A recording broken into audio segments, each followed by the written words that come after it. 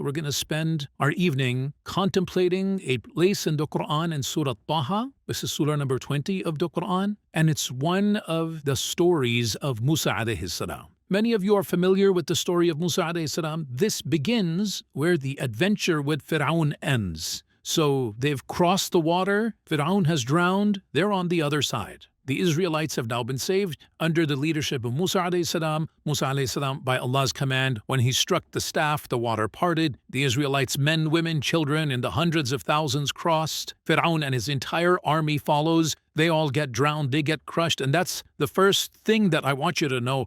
Now they're on the other side. The first thing Allah wants you to know is the way Allah spoke to them directly. Ya Bani Israel, children of Israel, قَدْ أَنْجَيْنَاكُمْ مِنْ عَدُوِّكُمْ. We have now rescued you from your enemy. We've just rescued you from Fir'aun. Okay, so now what? وَوَعَدْنَاكُمْ جَانِبَ الطُّورِ الْأَيْمَنِ. And we have taken a promise from you right on the right side of the mountain. What is this talking about, the right side of the mountain? Way back when Musa alayhi salam ran away from Egypt, if you know the story. And then he got married, and he had a new life. And one day he's traveling with his family, and he sees what? He sees a fire, and he saw a fire on the right side of a mountain. And now Allah is talking to the Israelites, and he's brought the Israelites from the water, and he brought them to the same mountain where this whole story began. He brought them to the same mountain and said, and now I have taken a promise from you right by that same mountain. Why is that mountain significant? If Musa alayhi salam was never at that mountain, they would have never been freed. They would still be slaves in Egypt. The only reason they have that freedom now is because this entire story of revelation began with that mountain. And now, after all of that rescue, Allah has brought them right by that mountain again and said, I have taken a promise from you from the side of that mountain. وَنَزَّلْنَا عَلَيْكُمُ الْمَنَّ وَالسَّلْوَى. And I have sent down manna and salwa on you because they were in the desert. And because they were in the desert, there's no vegetation. They're all going to starve and dehydrate. So in Surah Al-Baqarah, we learn Allah covered them with a cloud that would follow them. So it was a divine umbrella that was following them so they wouldn't be scorched by the sun. And it would also give them rain, and it would also give them shade. And now they don't have any food. So Allah gave them grain that they could grow in the desert. That's man, and birds that wouldn't fly away when they tried to catch them, because otherwise they wouldn't be able to eat, and that was salwa. So their proteins and their carbs and their hydration were taken care of. All the essential nutrients are done. And then the regular water supply, Allah had even given them the rock that broke up, and it became 12 springs. فَانْفَجَمَتْ مِنْهُ اثْنَتَا عَشْرَةَ عَيْنًا. So all the stuff they needed to survive after crossing was done. Now Allah is making a brief reference to it here and saying, we rescued you from your enemy. We took the promise from you from the side of the mountain, and we've given you manna and salwa, meaning we've not only given you freedom, we've given you the resources to be able to survive and live a free life. Fine. But then Allah says, كُلُوا مِن طَيِّبَاتِ مَا رَزَقْنَاكُمْ. Eat from the good and pure things that we have provided you. What did Allah provide them? Allah provided them manna and salwa, and He provided them the water that I mentioned. Okay? There's nothing else. There's no ketchup. There's no salt, there's no pepper, there's no salad, there's no dressing, there's no fries on the side, nothing. You got nothing else. And you get the same food for breakfast, you got the same food for lunch, you got the same food for dinner, and if you're in the mood to drink something, what you gonna get? You're gonna get water. There's no juice, there's no fruits, there's nothing else. And this is not the story here, it's the story in Baqarah. But in Baqarah, they got tired of eating the same food. This is also a test. But I'll briefly comment about that test to you. The brief comment I want to make to you is they used to live in Egypt. And in Egypt, they were free, or were they slaves? They were slaves. But when they were slaves, they had vegetables and lentil and garlic and onion and cucumber. They had that stuff. They had a variety of food, but it came with a life of slavery.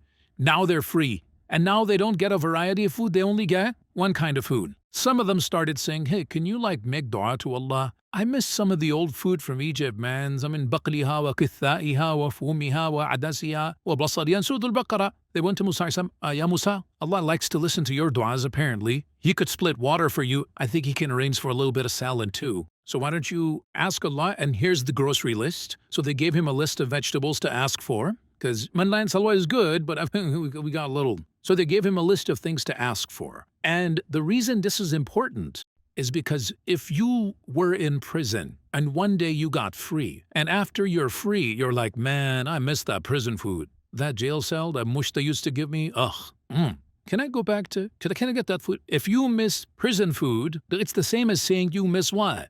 You misprison. Allah tested them, and Allah is showing them that the price of freedom is you had to let go of some of the things you became used to. You had to get out of your comfort zone. That was the price of freedom. So when they told Musa that we miss prison food, then they were actually not appreciating the taste, not of food. They couldn't appreciate the taste of freedom. They couldn't appreciate that. Allah says to them, eat from the good and pure things that we've provided you. The good and pure things is the same kind of bland food. But you know what makes it so good and so pure? That it's coming with freedom, that it's coming with dignity. They don't have to live like animals. They don't have to be treated like worthless, pathetic creatures that are owned by other human beings. They don't have to be treated with humiliation. Soldiers can't just walk into their home and kill their boys and let the women live. Young men can't just watch their mothers being mistreated on the street by Egyptian soldiers under the Pharaoh's rule and not be able to say anything, not be able to do anything. They don't have to live like that anymore. They are free. So Allah is telling them directly once they get free, eat from the good and pure things that we've provided you. And then he says, وَلَا تَطْغَوْا فِيهِ. And this is where the unique part begins in Surah Taha. He says, and don't, listen to the translation, it's strange, don't rebel in it. Don't be rebellious in it. What is it referring to? The food? How do you rebel in food? What does it mean? Allah is saying, eat from this food and don't rebel in this rizq. Allah is saying that when I give you blessings, you get so drowned in those blessings, you get so comfortable in those blessings that you start taking those blessings for granted. And as a result of taking them for granted, you feel entitled. And when you feel entitled, you start disobeying Allah in all kinds of ways. There's an interesting formula Allah is talking about that He has talked about with other nations. So I'm going to take you to some other nations and then come back here. Allah describes, He criticizes disbelievers all over the Quran, but there's one particular kind of people that Allah especially goes after in the Quran. They're called al-mutrafin. The mutrafin are people who basically live large. If they want to have a meal, there's like a whole feast. If they want to go on a vacation, they're going to take an entire entourage with them. They don't want to go to the beach, they want to take their yacht to the beach. You understand? The people that live super large and splurge and spend and spend and spend. You know, people that have fancy weddings or parties and they give every guest that comes, they give them a diamond something or a gold something. And like, why did you do that? Or you give everybody a car. You're just spending and spending. These people are called mutrafin. And Allah has a lot to say about those people, that those kinds of people become the most reckless in terms of Allah. They don't remember Allah at all. They get so lost in their luxury and they become so entitled that they develop what you can call nowadays God complex. They become like that. Allah is telling the Israelites, and they don't even have a lot right now. They only have manna and salwa. But He's saying, it may be manna and salwa now, but watch out. You get used to Allah's blessings and you're not grateful, you're going to become rebellious in no time. Because you'll enjoy the blessings of Allah, life is going to be easy, and when life becomes easy, you're going to become rebellious. You have your own room. Like the idea that a kid has their own room, maybe in the time of Fir'aun that used to be a thing. But there's not a thing. In the Muslim world or most of the world, the family has a room, not the kid has a room. You have your own room. You could change the temperature in your room. You know, you have your own TV. Oh my God, your life is so bad. You only have a PS4.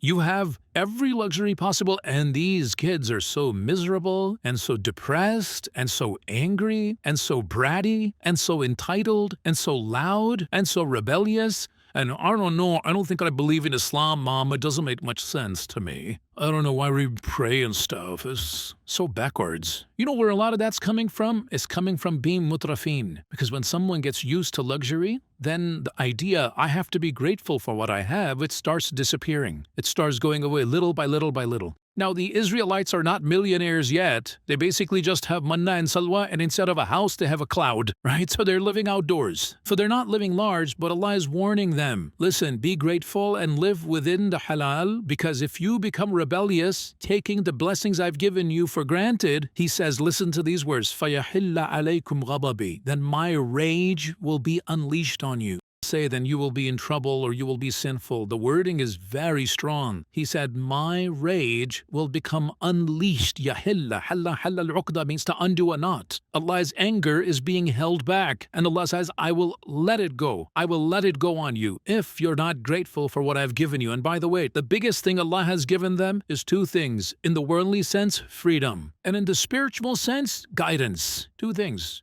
For my heart, it's guidance. For my body and my being in this life, it's freedom. Allah has given them both of those things. Don't take them for granted. وَمَن يَحْلِلْ عَلَيْهِ غَضَبِي فَقَدْ هَوَى. And whoever my anger falls on, that person is as good as someone who has fallen off a cliff. Hawa. Hawa in Arabic, to fall from somewhere high, to fall somewhere low. It's like Allah is saying these are the people that are truly going to be humiliated. Ash-Sha'rawi rahimahullah had a beautiful commentary about this ayah. I read that today and I was so moved by it. He said, if you are used to the luxuries of this life and you forget about Allah, like you have good looks, you have health, you have money, you have car, you have pleasures, you have everything in this life, and you become rebellious to Allah. Hawa also means no matter how hard you try, you're gonna get old. No matter how hard you hold on, the car's gonna get old. The money's gonna get old. Even if you become wealthier, your body will not get stronger. Your body will become weaker. You will try to fight it, and you will try to do research on what surgery I could do, or what medicine I can take to feel younger and look younger. Well, you're fallen. It's getting taken away from you no matter what you do. There's one thing that's for sure coming if I live a life of disobedience, and that is Allah's anger being unleashed on me. Sooner or later, quite literally, I will fall. فَقَدْ هَوَى. He's as good as fallen. This is the warning Allah gave directly to the Israelites.